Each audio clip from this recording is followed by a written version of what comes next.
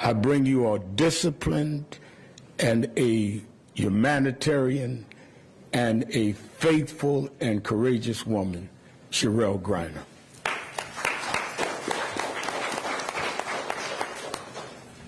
Well, first, I'd like to actually thank Reverend Sharpton for his support in this gut-wrenching time for my entire family. I truly appreciate your prayers. I appreciate you rallying faith leaders all over the entire country. Secondly, I'd like to thank the WNBA.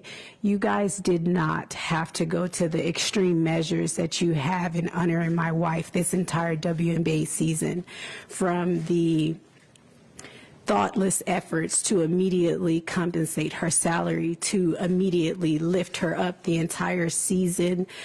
It has just been overwhelming for my entire family with joy, knowing that BG's footprint was so big that even in her absence, you still can't miss her. I mean, she's 6'9", so when she's here, you're going to see her.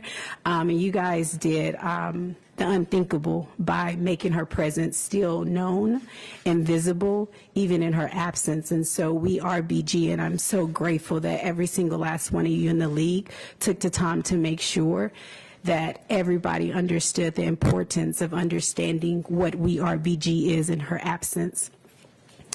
I'd also like to talk directly towards the letter, because I know many of you have saw the news that BG took the time to write President Biden, and as a result, he did write her back, and I was able to read the letter, and it brought me so much joy, as well as BG. I believe every word that she said to him, he understood, and he sees her as a person, and he has not forgotten her, which was her biggest cry in her letter.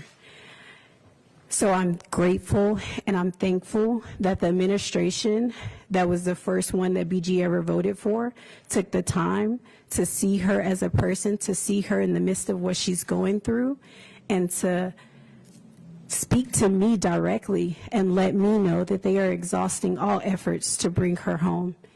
And that has been my biggest push for the last 4.5 months.